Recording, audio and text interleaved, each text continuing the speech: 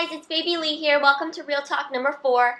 On this episode, we are going to be interviewing Nick Dio. He is the co-founder of WOLACO, which stands for Way of Life Company. They are an athletic wear company in New York City. And he also works with Vayner Media. So we're going to dive right into all of that and more. So stay tuned. Nick. Hey, it's Leanna. How are you? Hey, how are you? Good. Well, Is this time still okay?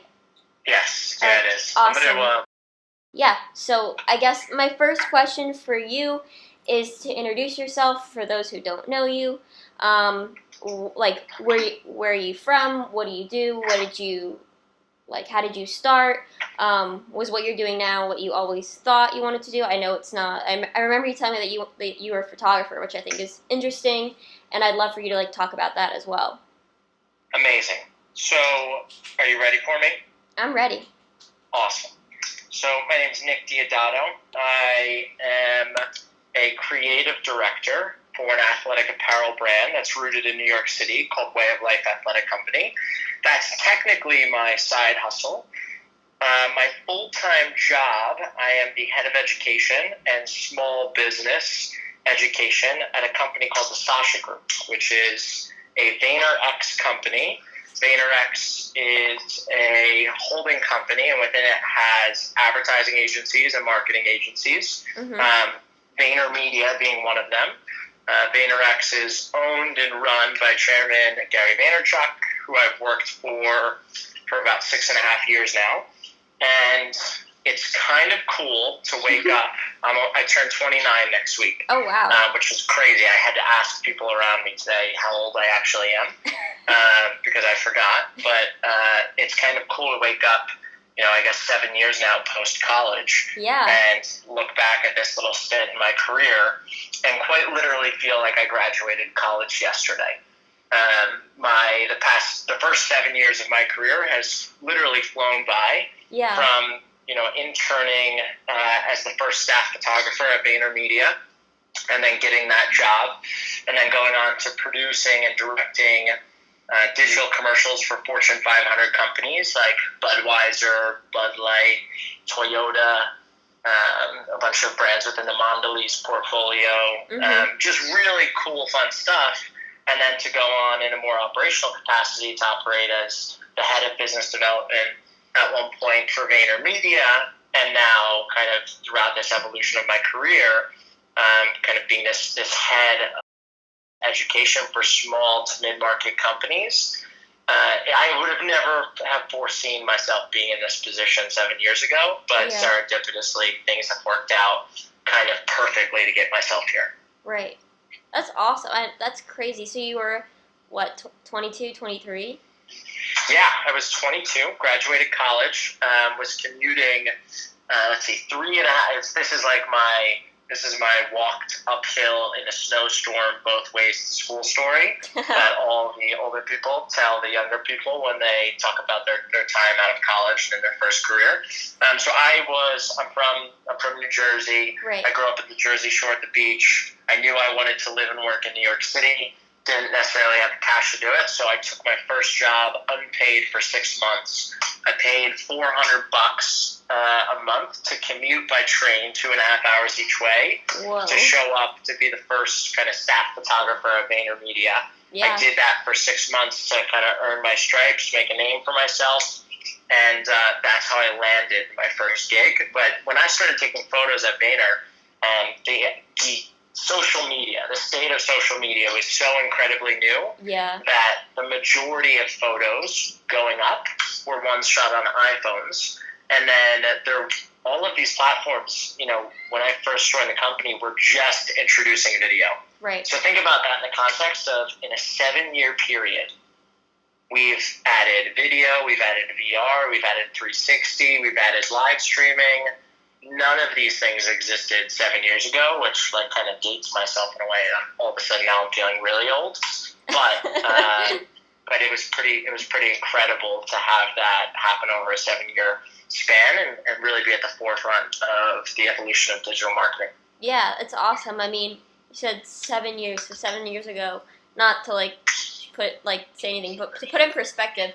So I'm 22 right now. So 7 years. 15. Yeah, it's crazy. High school, junior, sophomore. Yeah. Yeah, that's Wow. crazy. It is. It's nuts because, like, I mean, not from the same way I guess you saw it, but I mean, just from a user's perspective, like, I remember in high school, in the beginning of high school, like, wasn't that big of a deal, and then it like slowly was growing, and to like where it is now, it's just like if your brand or company is not on social, like, you're dead. So. Yeah, and I think it's really interesting for a lot of, I'm assuming some of the people that will be listening to this will be just graduating college or around that age. I think what's really interesting is when I first kind of entered the social and digital space, I was the young gun that was hired because a lot of the older people didn't know how to do it. And now I'm looking at people that are 18, 19, 20 years old that were what feels like quite literally born with cell phones in their hands. Yeah. That it's so much more intuitive for them in some ways to maybe understand how TikTok's going to evolve or what user behavior looks like on YouTube and Snapchat. And those are things that I have to make a conscious effort and spend time and work on because I wasn't necessarily, while I lived through it, it wasn't as ingrained. Right. So I think for a lot of youngsters coming out of college, the skill set that they're even passively developing across social and digital will become massively important, but it's important to put time and work into understanding why people behave in certain ways on Snapchat, why people consume things in certain ways on YouTube, and why the algorithm on TikTok operates the way it does. And if you're curious about those kinds of things, then you're going to set yourself up well for a career in social or digital marketing. Right. Yeah, it's just, it is nutty. I don't know, like, to think about it. Nutty. It is. It's very nutty. Nutty. No, I know, it's very nutty. When I was first I remember the Cubs won the World Series a few years ago, and I got flown out on a red eye to go to Chicago to sit on the back of the Clydesdale horses as they marched down the middle of, like, Main Street in Chicago, where I just sat on the horse and I recorded the live stream for Budweiser. And I did that because nobody else really knew how to record a live stream. So yes, it is very nutty, to say the least. Yeah. No, but it's awesome. It's awesome just been seeing it happen and grow and all that kind of stuff. What was I going to say?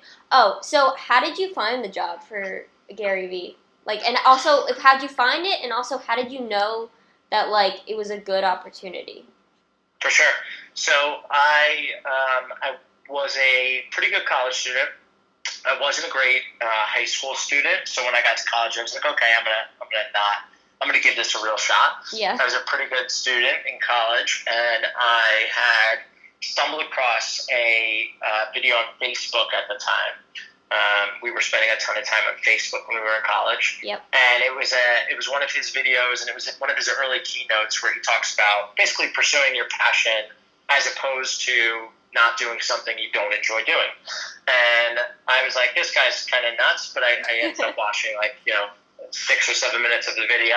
Yeah. And then I recalled his name, and I was in a bookstore a couple days later, and I saw his book on the shelf, and I decided to give it a shot. I picked it up. I read it from cover to cover in less than a week. It was one of the only books that I really kind of fell into and enjoyed in a while. And I kind of, at that stage, I had already made a conscious decision that I was going to go towards working for a social or digital agency. And I decided in that moment that I was going to do a little bit more research on this guy. And I found out that he actually had just started a social media agency, which at that time was super new. Yeah. We were an advertising and marketing agency that predominantly did television, out of home, and radio commercials. The idea of doing social and digital marketing was still super new. Right. Like incredibly new. And I knew that was, kind of being a social media marketer was something that was closer to what I wanted to do. So I knew that was kind of my lane. And I had made a very conscious decision sophomore year of college that I was going to work for Gary's agency at some point. So I shot him a tweet, said, hey, I want to come work for free. He said, we're only taking kids that are never going back to college. So I waited 2 years until I graduated, and then I resurfaced the tweet, sent him an email, he didn't answer, sent him another email, he didn't answer. I reached out to the most active employees at Vayner Media on Twitter and said, hey, I'm just trying to get my foot in the door. Do you mind, passing me along the contact info of somebody at hiring or somebody on the HR team? And the agency was super early, less than 100 people at this point. Yeah. And by, just kind of by luck and in good faith, somebody had pretty much bumped my resume to the top and got me the meeting. I stepped in the room and, I showed up in a shirt and tie when nobody there was wearing, half the people weren't even wearing shoes, let alone shirts and ties. And I got the job, and the job was an unpaid internship at that time. So, I think for me it was really about, I wanted to identify the field first, and I knew I wanted to work at an agency because I liked the culture. And then from there it was, there's tons of agencies out there, from a culture perspective and fit, who do I want to work for?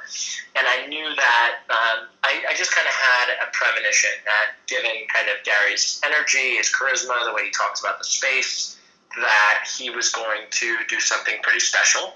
Yeah. And it was kind of a gamble, in a lot of ways I wasn't getting paid. I could have easily gone to another agency and probably made a lot more money super early in my career. But I had a kind of a gut feeling that it would be the right decision to stay close and to dig my teeth in over there, and that because the agency was a little bit smaller, that I would get more opportunities earlier in my career, which I did. And that's kind of how I navigated it. It's always easy to look back on your career and your life and say, oh, yeah, I did this, and then I did this, and then I did this, and now I'm in this place where I'm super successful and life is grand. It's not as easy when you're in the muck of it, when you're commuting 2.5 hours each way and paying to do it, when you're not paid. But, I think one thing holds true throughout the entire time, that I really did enjoy the process. Like I actually loved commuting the 2.5 hours. Like I would, I'd pass out, I would dig into different things, I'd find ways to be creative. I really did, and I loved my job at the time. I really loved the work that I was doing and the people that I was doing it with. So for me, it was a lot of gut, but I just kind of, I lined up things, and it just kind of all fell into place in the right place at the right time. Yeah, I think that's important to, talk about, just because a lot of people, so I'll say this, in my school, we have internships ingrained in our system for graduation, so you have to have an internship before you graduate, and it's typically your junior year. So what happens a lot of the times is people in my major, which is design and merchandising for fashion, they typically, most of them, go, Urban Outfitters headquarters is in Philly, so most of them work for them. And then it's like, after that, they're pretty much guaranteed a job after school.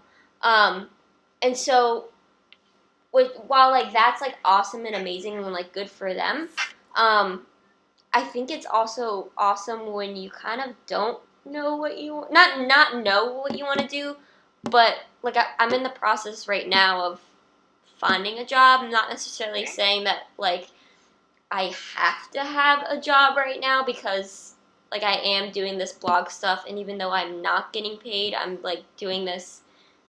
So I think just that process is also important. Like you said, you would have never known that where you started is where you're going to be right now. And I think that giving,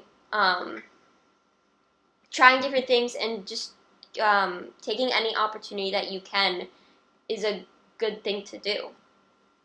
Yeah, no, I think you're super right. I think the way you should look at, and this, for anybody fresh out of college or who's getting ready to graduate, kind of trying to figure out what comes next, or where that first job is, or am I taking the right opportunity? If you start to take little steps in the direction that you think that you want to ultimately go, and start the blog, or create the vlog or start to take conversations with people.